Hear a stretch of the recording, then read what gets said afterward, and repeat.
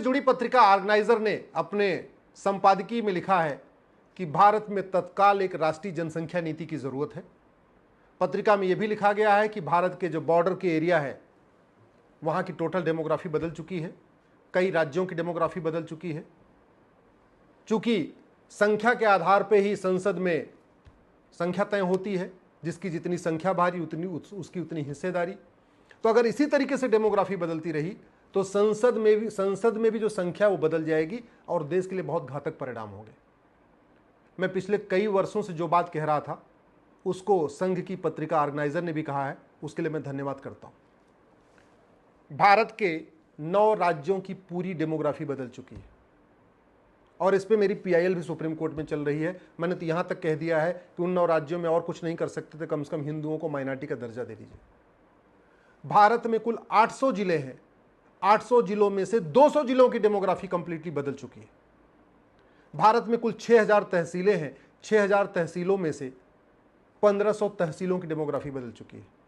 भारत के बॉर्डर पे कुल 300 तहसीलें हैं और 300 की 300 तहसीलों की डेमोग्राफी बदल चुकी है। चाहे वो हिमालय का बॉर्डर हो, चाहे वो पाकिस्तान का बॉर्डर हो, चाहे वो बांग्लादेश का बॉर्डर हो, चाहे वो म्यांमार का बॉर्डर हो, या हमारा समुद्र वाला जो बॉर्डर हो, गोवा से सटा हुआ समुद्र, या महाराष्ट्र का समुद्री बॉर्डर, या केरल का समुद्री बॉर्डर की पूरी डेमोग्राफी बदल चुकी है। और उसके 3 मुख्य कारण हैं: धर्मांतरण, घुसपैठ और जनसंख्या विस्फोट। तो जनसंख्या, अगर आप भारत की समस्याओं की दृष्टि से देखिए तो 50% से ज्यादा समस्याओं का मूल कारण जनसंख्या विस्फोट है। अगर आप बाहरी खतरों से देखिए तो भारत की जो बहुत प्रमुख खतरे, राष्ट्रीय खतरे हैं, उसका भी सबसे बड़ा जो कारण है वो जनसंख्या विस्फोट है। पानी कम होता जा रहा है, मूल कारण है जनसंख्या विस्फोट। जंगल कम होता जा रहा है, मूल कारण है जनसंख्या विस्फोट। जमीन घटती चली जा रही है, मूल कारण जनसंख्या विस्फोट। तो जल जंगल जमीन की समस्या का मूल कारण जनसंख्या विस्फोट है। बेरोजगारी का मूल कारण जनसंख्या विस्फोट है। गरीबी का मूल कारण जनसंख्या विस्फोट है। कुपोषण का मूल कारण जनसंख्या विस्फोट है। पॉल्यूशन का मूल कारण जनसंख्या विस्फोट है। बढ़ते अपराध का मूल कारण जनसंख्या विस्फोट है।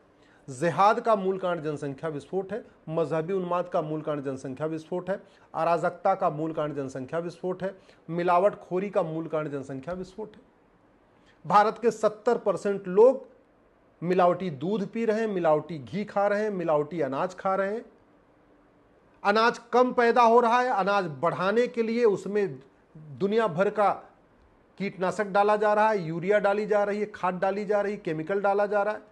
तो जो हमारा गेहूं पैदा हो रहा है, जो हमारा चावल पैदा हो रहा है, हमारी जो दाल पैदा हो रही है, वो भी जहरीली पैदा हो रही है, इसलिए कैंसर की बीमारियां बढ़ रही हैं।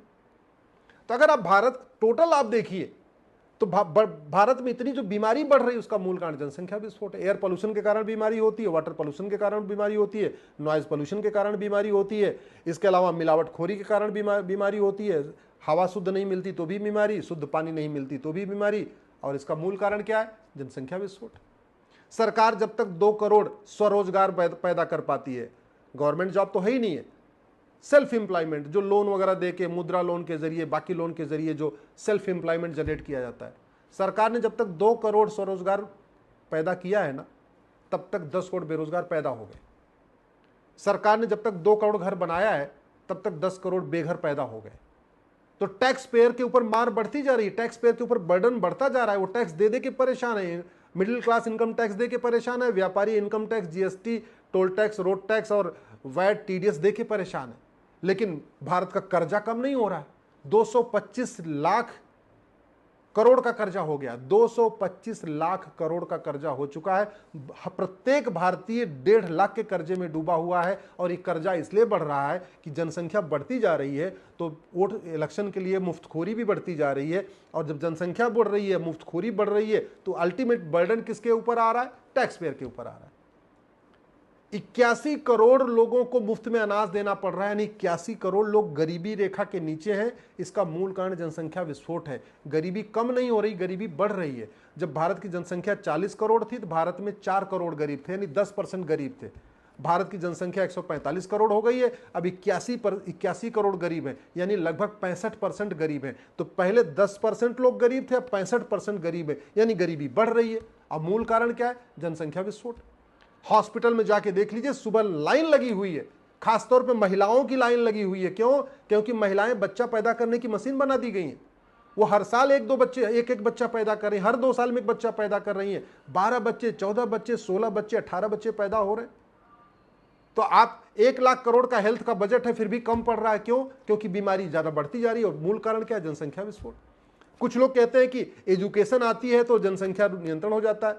अरे भैया, केरल सबसे शिक्षित राज्य है, तो केरल में 13-13 बच्चे, 14-14 बच्चे, 15-15 बच्चे क्यों पैदा हो रहे हैं? आप जाके देख लीजिए, मल्लापुरम देख लीजिए, और भी कई जिले हैं केरल में, देख लीजिए 100% लिटरेसी है, फिर भी 15-15 बच्चे पैदा हो रहे हैं। आप दिल्ली एनसीआर में देख लीजिए, भारत की राष्ट्रीय राजधानी दिल्ली है, और दिल्ली के आप बॉर्डर, आप दिल्ली में आके देख लीजिए, दिल्ली में मैं आपको 15-15 बच्चे वाला, 20-20 बच्चे वाला परिवार दिखाता हूँ। गाजियाबाद में 20-20 बच्चे वाले परिवार हैं, नोएडा में भी 20 बच्चे के परिवार हैं। आपके गुड़गांव में 20-20 बच्चे पैदा हो रहे हैं, आपके फरीदाबाद में 20-20 बच्चा पैदा हो रहा है, आपके सोनीपत पानीपत में 20-20 बच्चा पैदा हो रहे हैं, आपके मेरठ बागपत में 20-20 बच्चा पैदा हो रहे हैं। तो देश की राजधानी को सबसे पढ़ा लिखा, सबसे एडवांस माना जाता है। तो यहाँ, और दिल्ली के अंदर भी, सीमापुरी में भी 20 बच्चे पैदा हो रहे हैं, ओखला में भी 20 बच्चे पैदा हो रहे हैं। आप इसको वोटर लिस्ट से चेक किया जा सकता है। मुझे समझ में नहीं आ रहा है इतना विलंब क्यों किया जा रहा है। 95,000 बच्चे रोज पैदा हो रहे हैं इस समय, 95,000 पर डे। इसका मतलब क्या हुआ? 2024 में 3.25 करोड़ से ज्यादा बच्चे पैदा होंगे। इस 3.25 करोड़ बच्चों में से 2 करोड़ बच्चे गरीबी रेखा के नीचे हैं। अब गरीबी रेखा के नीचे हैं तो उनको भी वजीफा देना पड़ेगा। बर्डन किस पे आएगा? टैक्स पेयर पे। 3.25 करोड़ बच्चे जो 2024 में पैदा हो रहे हैं, इसमें 2 करोड़ गरीबी रेखा के नीचे, तो उनको मुफ्त में अनाज देना पड़ेगा, मुफ्त में राशन देना पड़ेगा, उनको मुफ्त में जो है घर देना पड़ेगा, मुफ्त में बिजली कनेक्शन देना पड़ेगा, मुफ्त में पानी देना पड़ेगा, उनको सब मुफ्त में करना पड़ेगा। बर्डन किस पे आएगा? देश के ऊपर, टैक्स पेयर के ऊपर। जनसंख्या जिस हिसाब से बढ़ रही है, जमीन तो घटती जा रही है। भाई जनसंख्या बढ़ेगी तो घर बनाया जाएगा, घर बनेगा तो कहां से बनेगा? या तो जंगल काट के घर बनेगा, या जहां खेती होती थी वहां घर बनेगा। तो खेती जहां होती, एग्रीकल्चर लैंड कम होती चली जा रही है। अब लेकिन जब डिमांड तो है, अब डिमांड है तो किसान क्या कर रहा है? उसमें खाद डबल ट्रिपल करता चला जा रहा है। न फल शुद्ध मिल रहा है, न सब्जी शुद्ध मिल रही है, न दूध शुद्ध मिल रहा है, न गेहूं चावल शुद्ध मिल रहा है। सब कुछ मिलावटी है। और चूंकि सब कुछ जहरीला है, सब कुछ मिलावटी है, इसलिए लोगों को शारीरिक बीमारी के साथ साथ मानसिक बीमारी भी हो रही है। भाई किसी के घर में 15 बच्चे हैं, कमाता 300 रुपए है, तो शारीरिक रूप से टेंशन में रहेगा, बीमार रहेगा, मानसिक रूप से भी टेंशन में रहेगा। और अपराध क्यों बढ़ रहा है? 15 बच्चे पैदा हो गए, इनकम है नहीं, ठीक से पढ़ा नहीं सकते, ठीक से उनको संस्कार दे नहीं सकते, ठीक से उनको शिक्षा दे नहीं सकते। एक कमरे के मकान में 15 बच्चे रहेंगे तो भगवान जाने क्या क्या कुरीतियां सीखेंगे, क्या क्या गलत काम और सीखेंगे। एक ही कमरे में रह रहे हैं, उनके पास जगह नहीं है। और बाद में क्या होगा? वो चेन स्नेचिंग करेंगे, मोबाइल स्नेचिंग करेंगे, भाड़े पे हत्या करेंगे, फिरौती के लिए काम करेंगे, और जो है अपराध बढ़ता जा रहा है। आप किसी भी जेल में जाके देख लीजिए, ज्यादातर अपराधी वो हैं जो 5 भाई बहन से ज्यादा हैं, 8 भाई बहन से ज्यादा हैं, या 10 भाई बहन से ज्यादा हैं। आप किसी भी जेल में जाके सर्वे कर लीजिए। तो जनसंख्या विस्फोट का सीधा सीधा रिलेशन अपराध से भी है।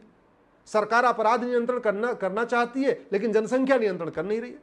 सरकार चाहती है सब लोग स्वस्थ रहें, और बीमारी का मूल कारण जनसंख्या विस्फोट है। तो सरकार चाहती बीमारी तो कम हो, लेकिन जनसंख्या नियंत्रण कर नहीं रही। समाधान यही है कि भारत में तत्काल हम दो, हमारे दो, सबके दो, एक कठोर कानून बनाया जाए। और ये कानून पहले बन चुका है, भगवान श्री राम ने बनाया था। भगवान श्री राम ने हम दो हमारे दो लागू किया था, और खुद भी पालन किया। भगवान राम, लक्ष्मण, भरत, शत्रुघ्न ने एक एक विवाह किया। भगवान राम, लक्ष्मण, भरत, शत्रुघ्न के 2-2 बच्चे पैदा हुए। ये हमें सीखने की जरूरत है। दुई सुत सीता सुंदर जाए, लवकुश वेद पुराणन गाए, लिखा हुआ है हमारे। एक नारी का व्रत उस समय लिया जा चुका है। अब हम क्यों नहीं ले पा रहे? संविधान के तो संविधान के शेड्यूल 7 के लिस्ट 3 इंटी नंबर 20A में लिखा है पॉपुलेशन कंट्रोल, फैमिली प्लानिंग। तो कानून बनाना ये सरकार की ड्यूटी है, क्योंकि ऑलरेडी संविधान में लिखा हुआ है। अटल जी के समय में जो वेंकटचलैया कमीशन बना था, दुनिया का सबसे प्रोमिनेंट है वेंकटचलैया कमीशन, उसने कहा था जनसंख्या नियंत्रण कानून होना चाहिए। अगर हमने अटल जी के समय में अगर कानून बना दिया होता तो आज 2024 आते आते कम से कम 30 से 35 करोड़ जनसंख्या कम होती। हमने उस समय भी नहीं बनाया। चीन के साथ हमने अगर कानून बना दिया होता, जब चीन ने बनाया था 1950 में, तो आज हमारी जनसंख्या 100 करोड़ से कम होती, यानी 145 करोड़ हो गया, 150 करोड़ हो गए। तो हम 50 करोड़ कम होते तो बहुत सारी समस्याओं का समाधान होता।